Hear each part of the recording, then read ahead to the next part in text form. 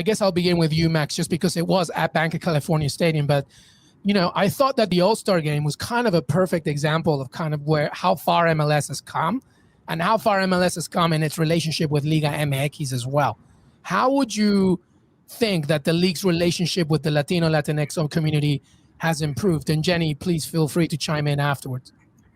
I think the league still has a lot of work to do on that front. And when you talk to them, they are aware of it with representation within the league, within the clubs, Latinos who are in positions of power, where that's like, to me, the big overarching issue that we have to face, where people are, general managers, coaches, head of the VPs at every level of these clubs and leagues.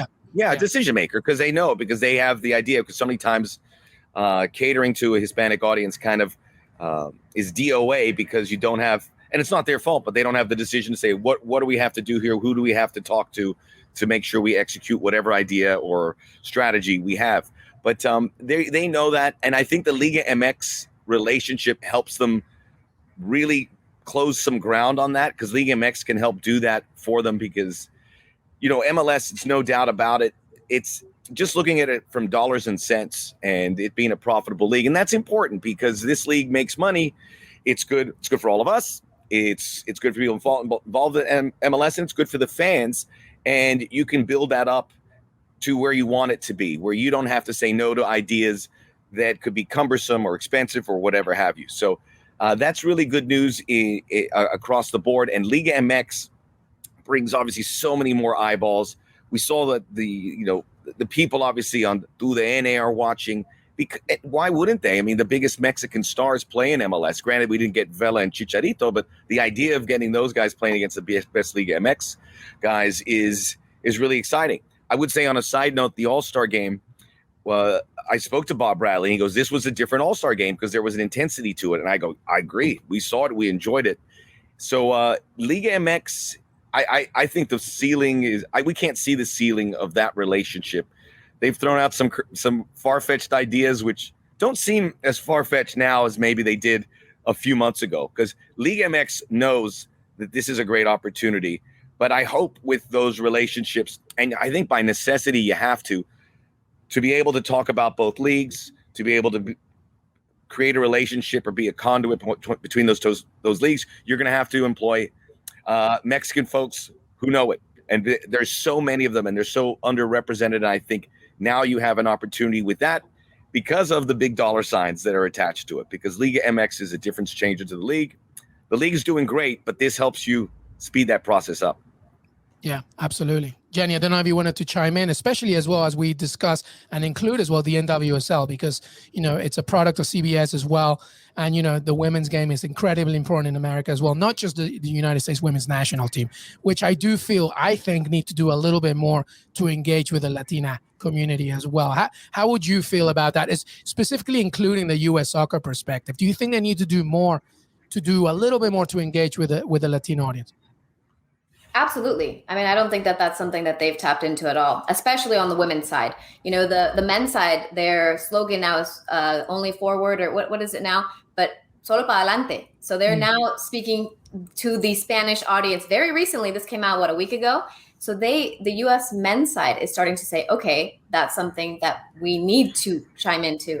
We need to care about. But on the women's side, I haven't seen that push. So, when is the last time we've seen a Latina player on the U.S. women's national team that has made spark? And once you do see that, you can believe that you can be that. So when you're a young woman and you're a young girl and you see a Latina on the national team for the U.S. and you're like, oh, I want to do that, and that's a conversation we're having when we get into Pepe and all these other, dual nationals that get to choose. When you don't see the U.S. national team picking Latino players, you don't think that that's a possibility for you. And now that we're starting a shift potentially, if Pepe is that first one to start a shift, then you can see that and say that, okay, they care about us enough to invest in us, enough to, bring us on. And now that's something that I want to do. That really didn't exist when I was younger. Well, that's what I was going to go. Like, how was your experience? Go ahead, Max. Yeah. I just wanted to add something. I don't think we give that enough attention, and how big of a difference it makes, because I've seen it when you see somebody,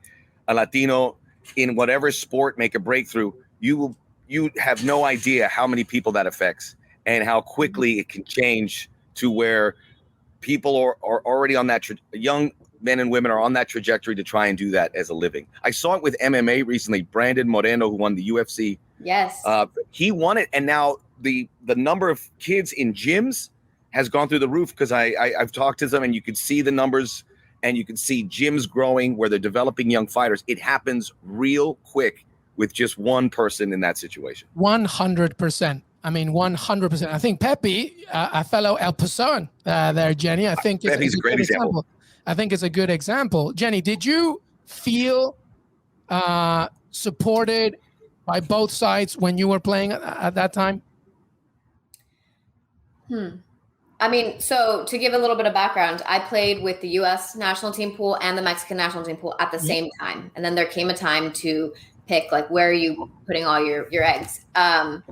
And it was different, you know, the growing up in a Mexican culture, soccer style, community culture, like everything that I did my day-to-day, my soccer was in Spanish, to then going to the US national team camp is a very different situation. Like I'm a fish out of water. I feel out of depth. And I think that that's something that now when you talk about, you know, David Ochoa and all of these players, that they're like, we're not as accepted. We don't vibe as well, or whatever it may be. I understand that completely, you know, and it's not here nor there, you know, it's you're not fully accepted in Mexico because you have this, you're born in America, you have different opportunities, you're this and that. And then on the American side, there's that as well. And I think that I can say that in a soccer sense, but I think that many people feel it in their daily lives, in their work. They're not accepted fully here. They're not accepted fully there. And whether I felt supported, I mean, I don't know. I think that I've always had a very different identity, like very rare, unique identity, that I am also Chinese. And I have never met another half Chinese, half Mexican. And also living in the culture of El Paso, which I think Ricardo Pepi really spoke for me, which I thought was beautiful, in the sense that you do straddle. Like I straddle a border. My mom lived in Mexico my entire childhood.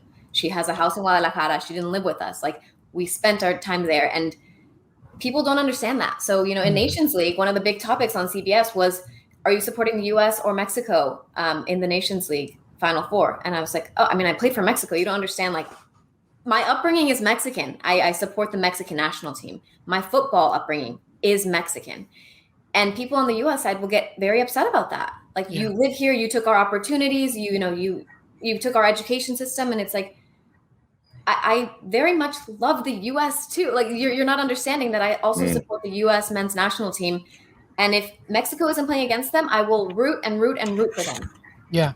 But it is this weird balancing of we straddle two borders. And I'm going to reach out to Pepe at some point and say, thank you for, you know, vocalizing where we live is so unique, and we can really, really love both sides so much. And I feel that.